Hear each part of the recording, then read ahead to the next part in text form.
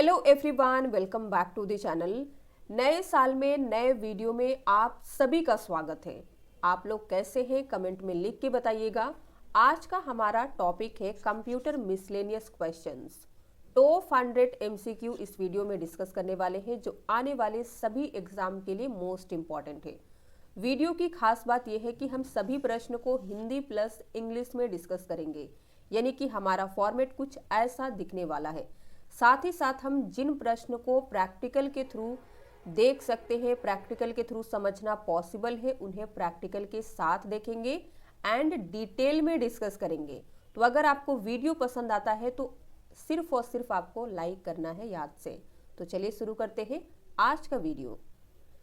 पहला प्रश्न, MS word के निम्नलिखित में से कौन से फीचर का प्रयोग किसी सिलेक्शन से सभी प्रकार की फॉर्मेटिंग को मिटाने के लिए किया जाता है, जिसके बाद केवल सामान्य टेक्स्ट शेष बचता है।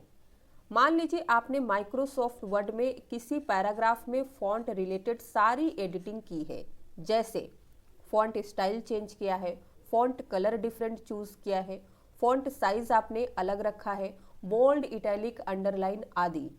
इन सभी को क्लियर करना है, रिमूव करना है एक ही बार में ताकि प्लेन टेक्स्ट बचे। तो इसके लिए आप इनमें से कौन सा फीचर यूज करेंगे? आंसर क्या होगा?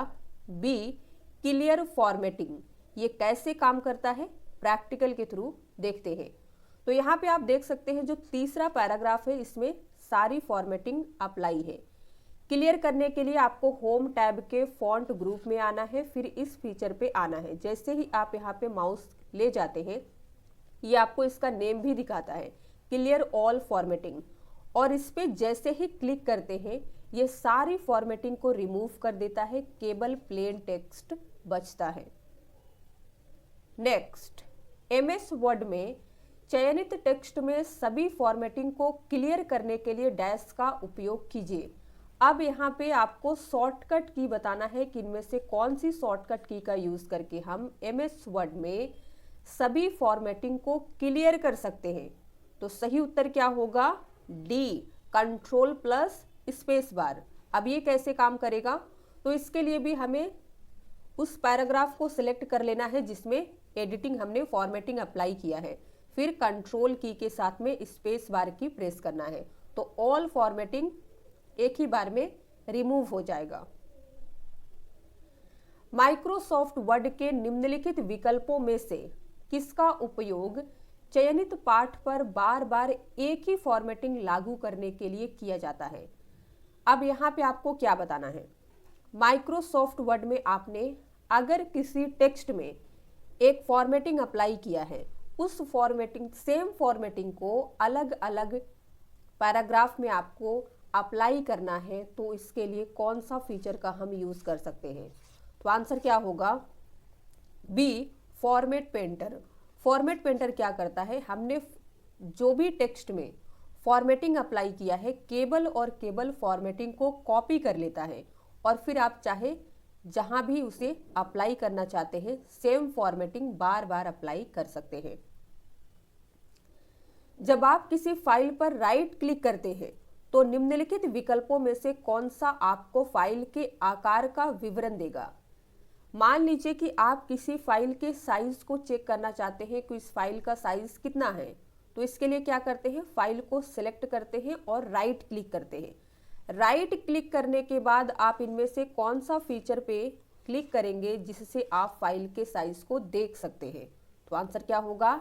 ए, प्रॉपर्टीज। तो प्रॉपर्टीज विकल्प जो है ये हमें फाइल के साइज को बताएगा, फाइल फॉर्मेट बताता है आदि। रीनेम पे अगर हम क्लिक करते हैं तो फाइल का नेम चेंज कर सकते हैं। सेंड टू पे अगर आप क्लिक करते हैं तो मान लीजिए आप अपने लैपटॉप से किसी फाइल को अपने फ़ोन में लेना चाहते हैं तो ब्लूटूथ के माध्यम से वायर के थ्रू ले सकते हैं। अगर आप किसी के साथ फाइल को शेयर करना चाहते हैं तो शेयर विकल्प पे क्लिक करेंगे। निम्नलिखित में से कौन सा इंटरनेट पर सर्च इंजन नहीं है? बताइए, इनमें से कौन सा एक सर्च इंजन नहीं है? आंसर क्या होगा? B, Edge. एज एक वेब ब्राउजर है जिसे माइक्रोसॉफ्ट के द्वारा डेवलप किया गया है। अदर विकल्प की बात करें, बिंग, गूगल एंड याहू, ये सभी सर्च इंजन्स हैं। Which of the following appears at the end of MS Word 365 document? MS Word 365 document के एंड में इनमें से कौन सा विकल्प आपको दिखाई देता है? आंसर होगा ए, एंड नोट। एंड नोट का काम क्या है?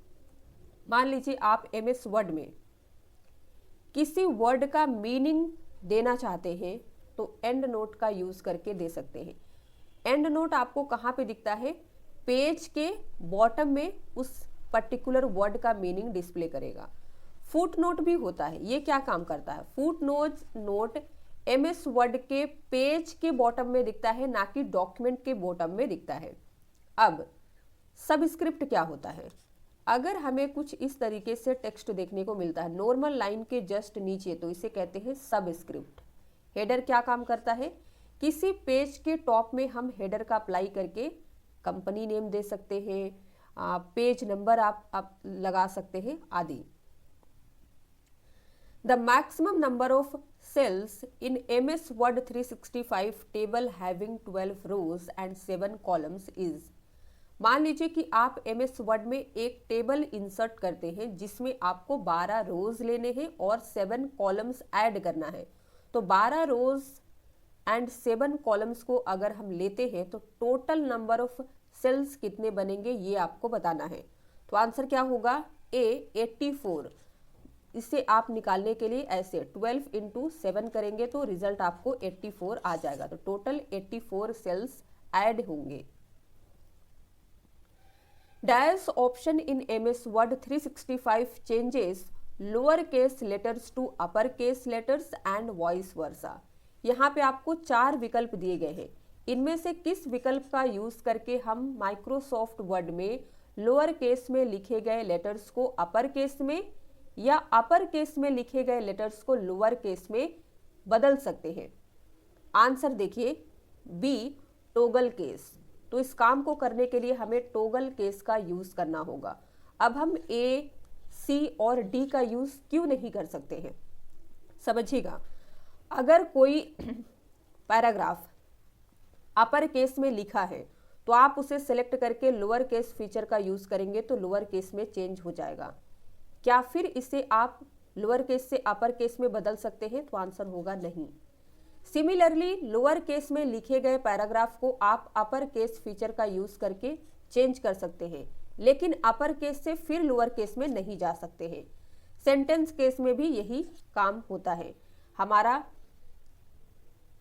जो सेंटेंस होता है, जहां से स्टार्ट होता है, सेंटेंस का पहला वर्ड का फर्स्ट कैरेक्टर कैपिटल होता है, बाकी स्मॉल होते हैं।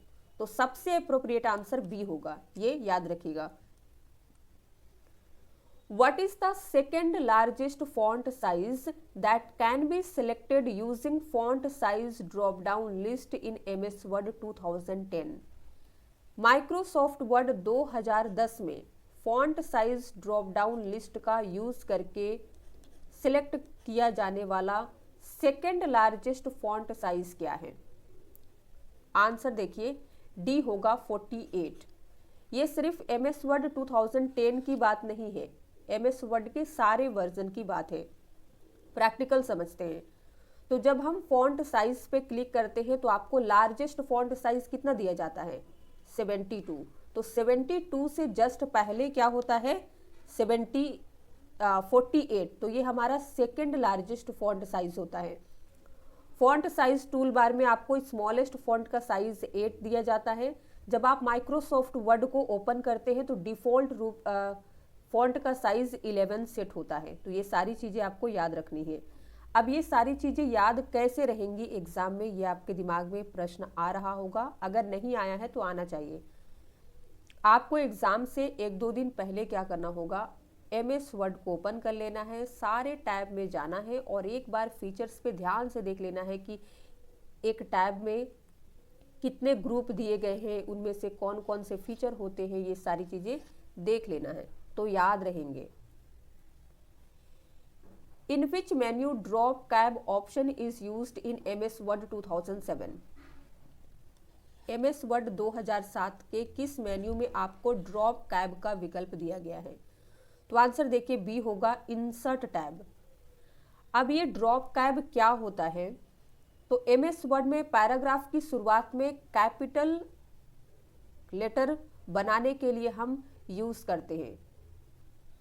कैसे, प्रैक्टिकल देखें। तो आ चुके हैं हम लोग MS वर्ड में। ये है इंसर्ट टैब। इंसर्ट टैब के टेक्स्ट ग्रुप में आपको आना है। यहाँ पे देखिए दिया गया है ड्रॉप कैब का विकल्प। जब आप इस पर क्लिक करते हैं तो ये किस तरीके से दिखता है, यहाँ पे आप देख सकते हैं। ये जो हमारा पैराग्राफ था, पैराग्राफ के फर्स्ट वर्ड का पहला कैरेक्टर जो है ये कैपिटल है, बाकी सब स्मॉल में है। कुछ इस तरीके से ये देखने को मिलता है। ये MS वर्ड के सभी वर्जन में इंसर्ट टैब में दिया गया है फीचर, ये याद रखिएगा। Which of the following is not a valid web address. यहाँ पे आपको 4 वेब एड्रेस के टाइप दिए गए हैं, कौन सा वैलिड नहीं है ये बताना है। तो हम वेब एड्रेस को में हाइफन का यूज कर सकते हैं, डॉट का यूज कर सकते हैं, एंड एक से ज्यादा भी डॉट का यूज होता है। करेक्ट आंसर ए होगा, हम एंड का यूज नहीं कर सकते हैं, ये इनकरेक्ट है। बाकी सभी विकल्प करेक्ट दिए गए हैं। Which of the following is incorrect about web address. Web address के बारे में इनमें से कौन सा स्टेटमेंट गलत है। ए, कैन हैव अल्फाबेट्स, करेक्ट है, यानी कि वेब एड्रेस में अल्फाबेट्स हो सकते हैं।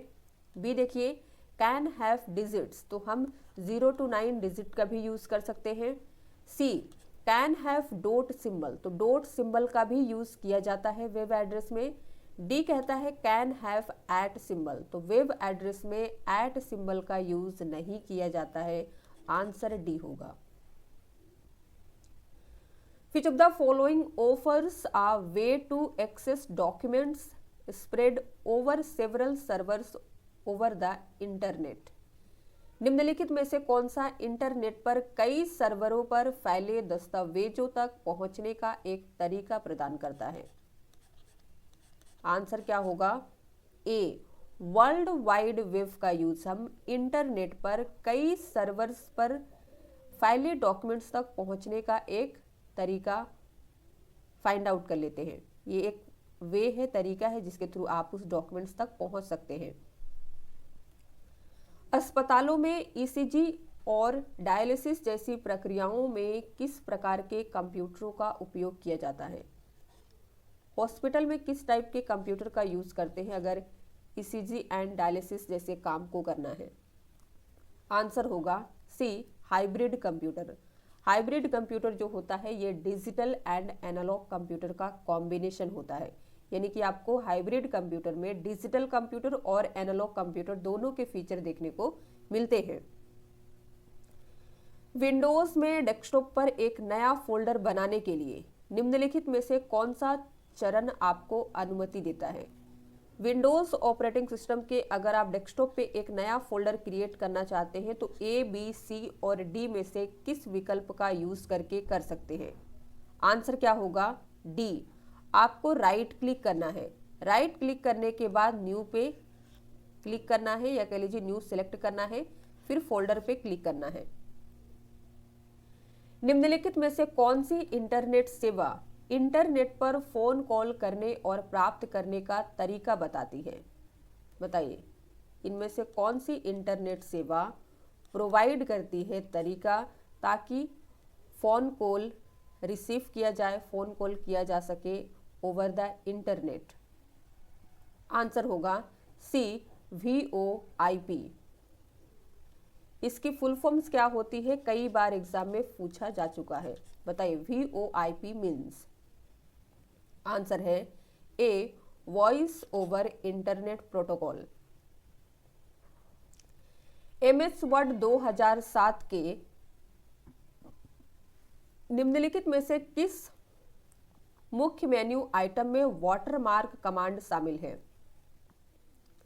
MS वर्ड 2007 का जनरली अभी यूज आप लोग नहीं कर रहे होंगे, सभी कोई 10, 13, 16 में मूव कर चुके हैं, बट स्टिल एग्जाम में प्रश्न पूछा जाता है। आपको बताना है कि MS वर्ड 2007 में कौन से टैब में वाटरमार्क का विकल्प है। तो आंसर क्या होगा।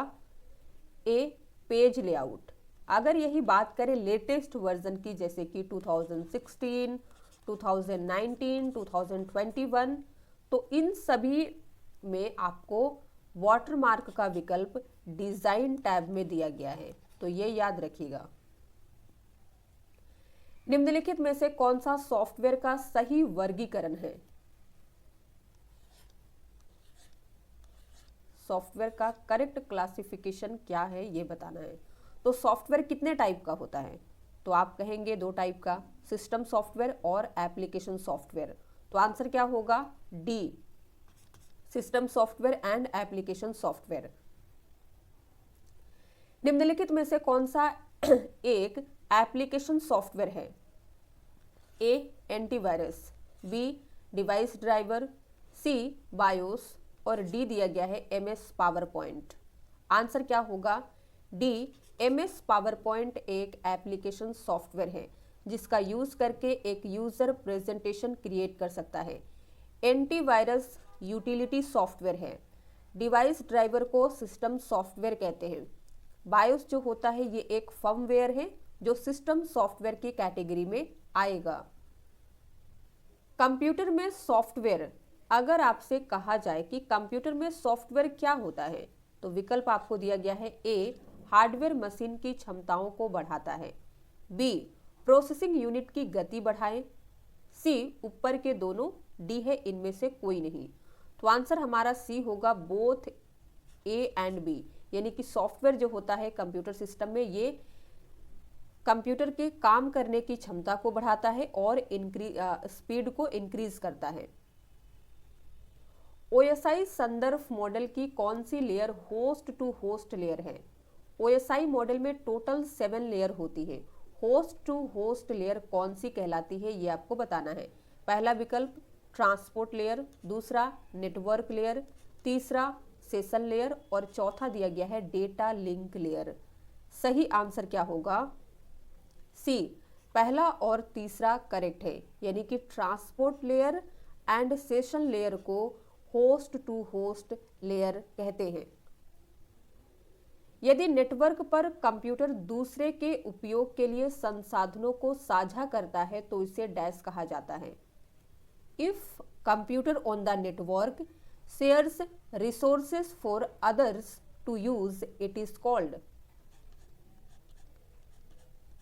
आंसर होगा ए, सर्वर कहेंगे। सभी पावर पॉइंट स्लाइड को एक साथ देखने के लिए हम किसका चयन करते हैं? मान लीजिए कि आपने एक प्रेजेंटेशन क्रिएट किया है जिसमें टोटल 10 स्लाइड ऐड की है। सभी स्लाइड को एक बार में देखना चाहते हैं तो किसका यूज करेंगे? आंसर होगा A, slide sorter view. Slide sorter view क्या करेगा? हमारी प्रेजेंटेशन को प्रेजेंटेशन की सभी स्लाइड को एक ही स्क्रीन पे दिखाता है।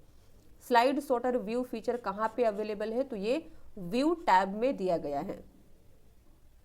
यदि आप माइक्रोसॉफ्ट वर्ड में अपर केस में लिखे गए शब्द को लोअर केस में बदलना चाहते हैं तो आप निम्न में से किस शॉर्टकट कीज का उपयोग करेंगे?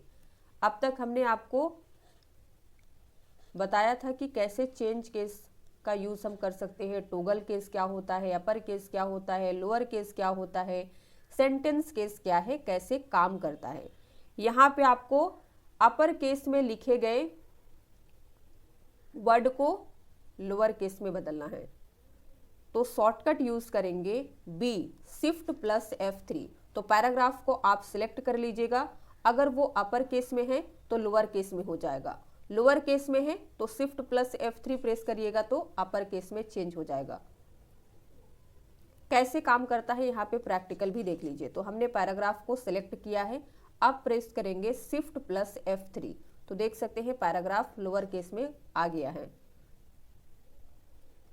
आईएसपी डैश द्वारा अपने नेटवर्क के बीच इंटरनेट ट्रैफिक का विनिमय करता है। आईएसपी को कहते हैं इंटरनेट सर्विस प्रोवाइडर। तो इंटरनेट सर्विस प्रोवाइडर एक्सचेंज करता है internet traffic between their networks. किसके द्वारा? तो आंसर होगा सी इंटरनेट एक्सचेंज पॉइंट द्वारा। मेल सर्वर को ईमेल भेजने के लिए ईमेल क्लाइंट द्वारा निम्नलिखित में से किस प्रोटोकॉल का उपयोग किया जाता है? आंसर है ए एसएमटीपी। एसएमटीपी को कहते हैं सिंपल मेल ट्रांसफर प्रोटोकॉल। इसका यूज ईमेल भेजने के लिए होता है ईमेल क्लाइंट द्वारा।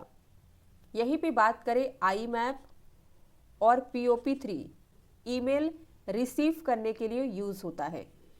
TCP/IP कोई ईमेल प्रोटोकॉल नहीं है बल्कि प्रोटोकॉल सूट है जिसका यूज इंटरनेट पे काम करने के लिए होता है, या फिर आप कह सकते हैं जिस पर पूरा इंटरनेट काम करता है।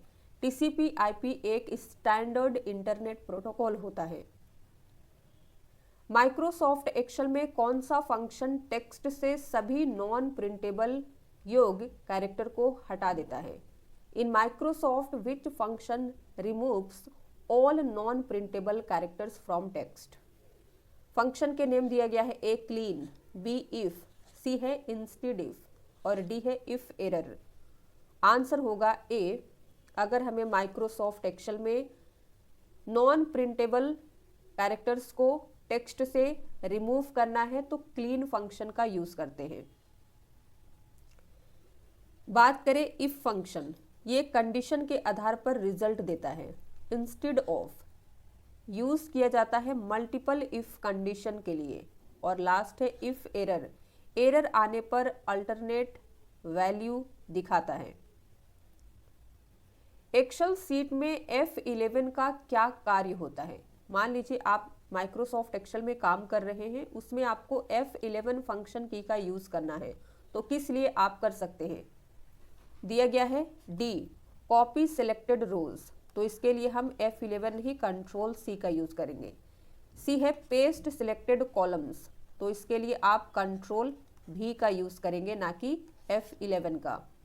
ए है सिलेक्ट इंटायर सीट, तो इंटायर सीट अगर सिलेक्ट करना चाहते हैं तो कंट्रोल ए का यूज करेंगे। करेक्ट आंसर बी होगा।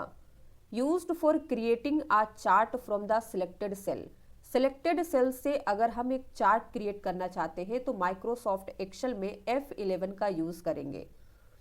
आंसर बी होगा। प्रैक्टिकल देखिए ये काम कैसे करता है। तो हमने यहाँ पे डेटा सिलेक्ट कर लिया है, ये हमारा सिलेक्टेड सेल्स है।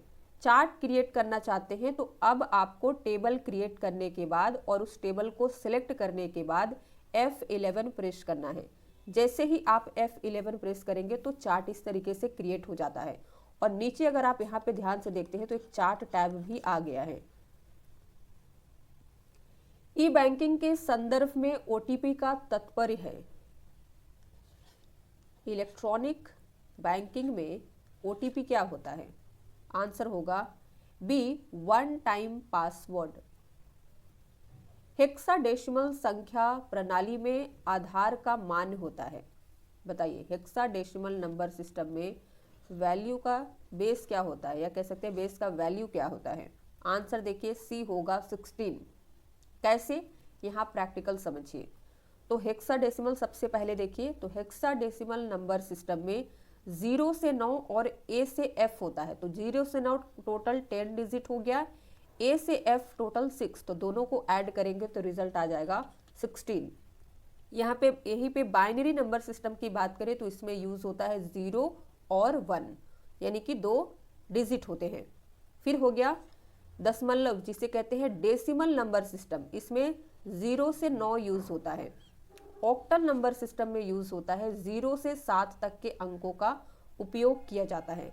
तो इन चारों को याद रखिएगा, एग्जाम में प्रश्न पूछा जाता है अलग अलग तरीके से।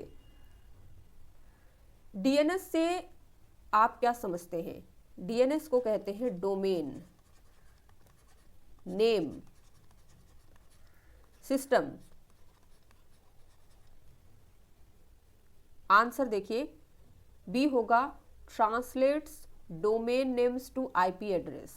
DNS क्या करता है? डोमेन नेम को IP एड्रेस में बदल देता है। इंफॉर्मेशन कम्युनिकेशन के सभी पहलुओं को नियंत्रित करने के लिए नियमों का समूह कहलाता है। A set of rules that govern all aspects of information communication are called. तो इसे कहते हैं प्रोटोकॉल। करेक्ट आंसर होगा सी। निम्न में से कौन सा एंटीवायरस सॉफ्टवेयर नहीं है? ए एफ प्रोट एंटीवायरस है, बी मैकेफी एंटीवायरस है, सी एनपीएवी ये भी एंटीवायरस है। करेक्ट आंसर डी होगा फेडोरा, ये एंटीवायरस नहीं है। यह एक फिक्स्ड लेआउट वाला फ्लैट दस्तावेज फाइल फॉर्मेट है जिसमें text, font, vector graphics, writer image, raster image और अन्य आवश्यक जानकारी शामिल होती है। देखिए आपको विकल्प दिया गया है पीडीएफ, बी है टीएक्सटी, सी है डॉसएक्स और डी है ओडीटी। इनमें से कौन सा एक फिक्स्ड लेआउट वाला फ्लैट डॉक्यूमेंट फाइल फॉर्मेट है जिसमें इंक्लूड होता है text, font, vector graphics, raster images and other information जो नीड होती है? आंसर होगा ए पीडीएफ। पीडीएफ को कहते हैं पोर्टेबल डॉक्यूमेंट फॉर्मेट। ये एक fixed layout flat document file format होता है।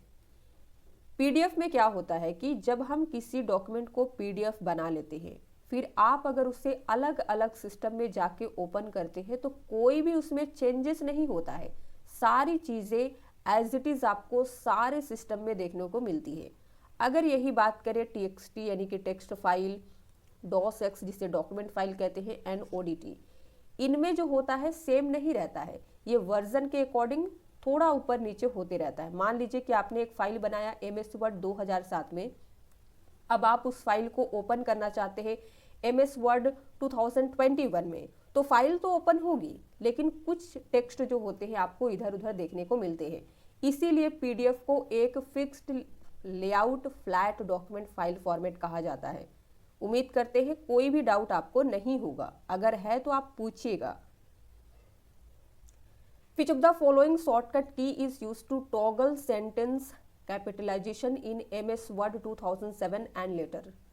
यहाँ पे आपको क्या बताना है कि MS Word 2007 हो या फिर इसके बाद के जो भी वर्जन है, उसमें अगर किसी सेंटेंस को टॉगल करना चाहते हैं यानी कि कैपिटल करना चाहते हैं तो कौन सा शॉर्टकट यूज़ करेंगे?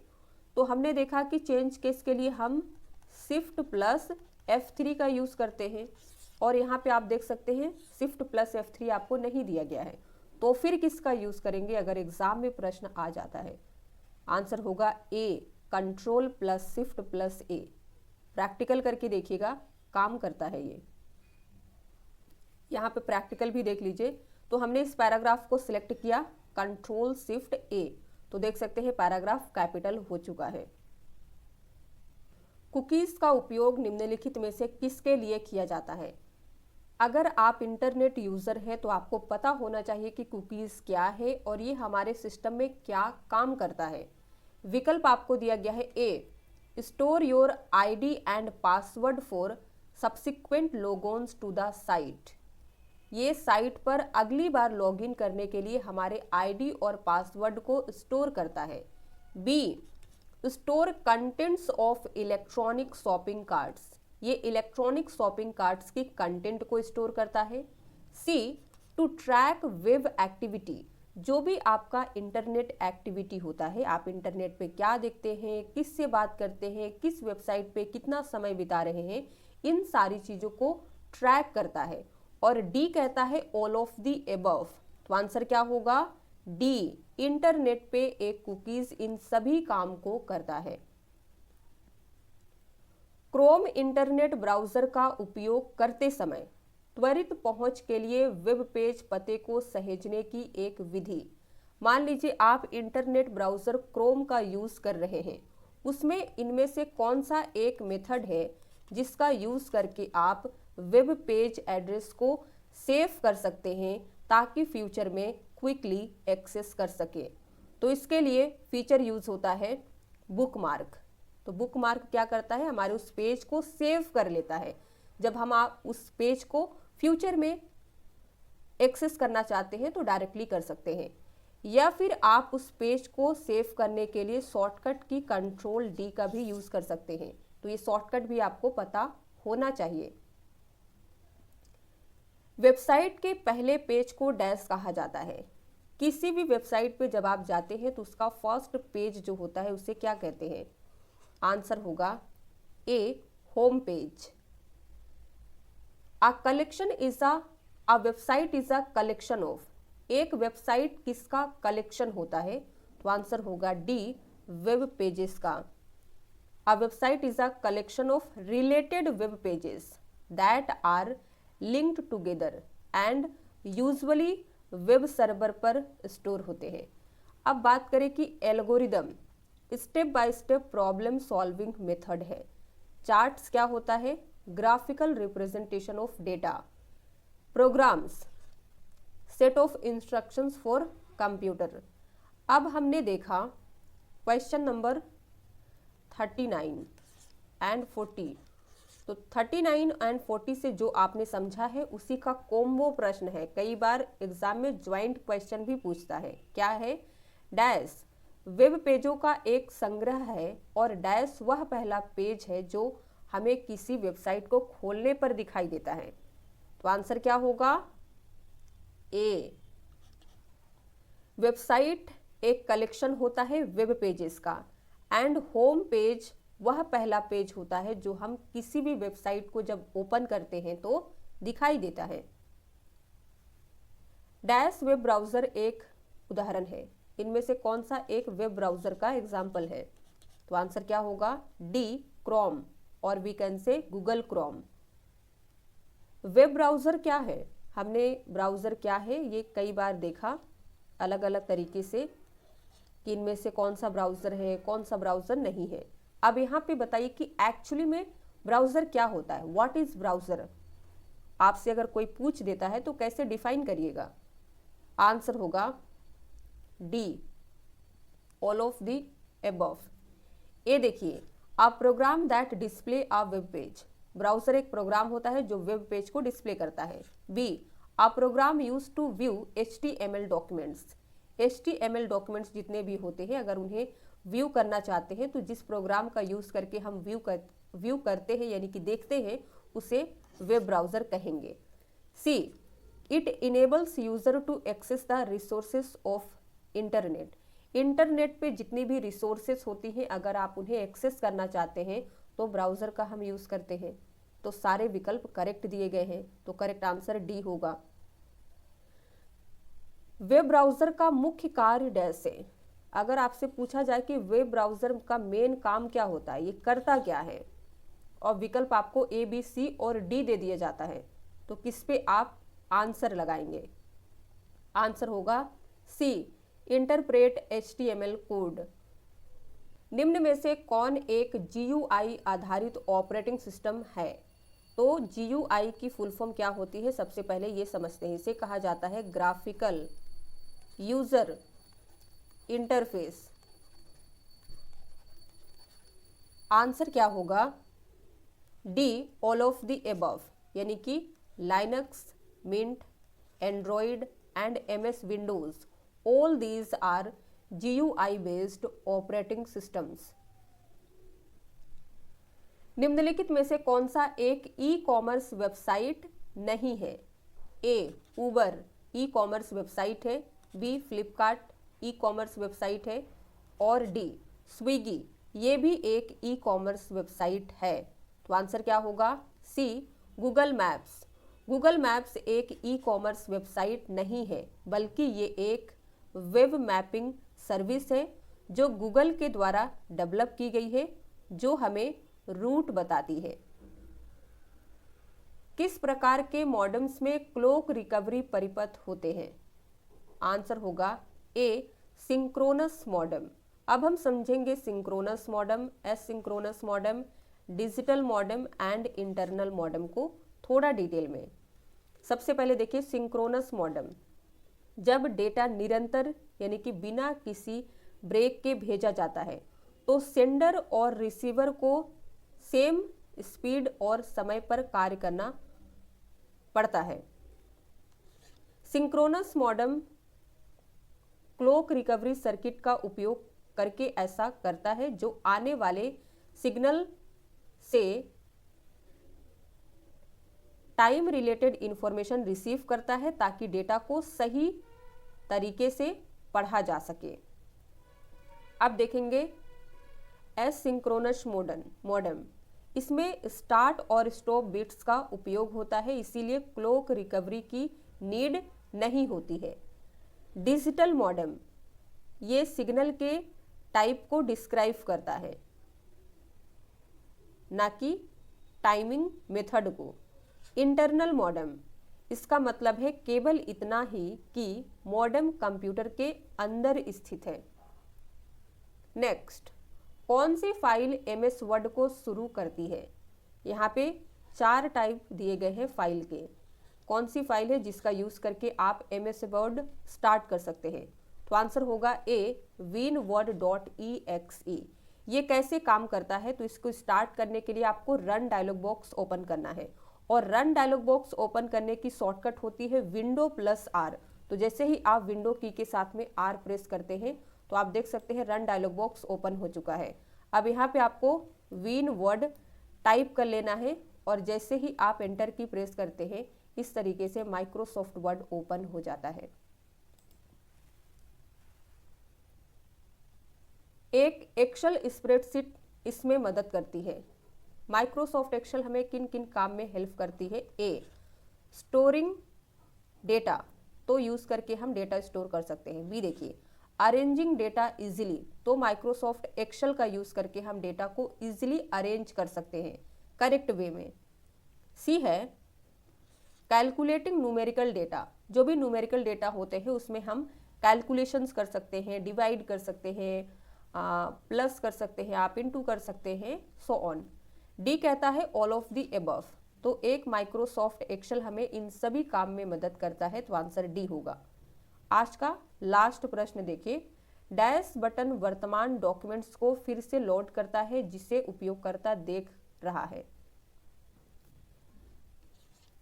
तो इसके लिए यूज किया जाता है रिफ्रेश बटन का। करेक्ट आंसर बी होगा।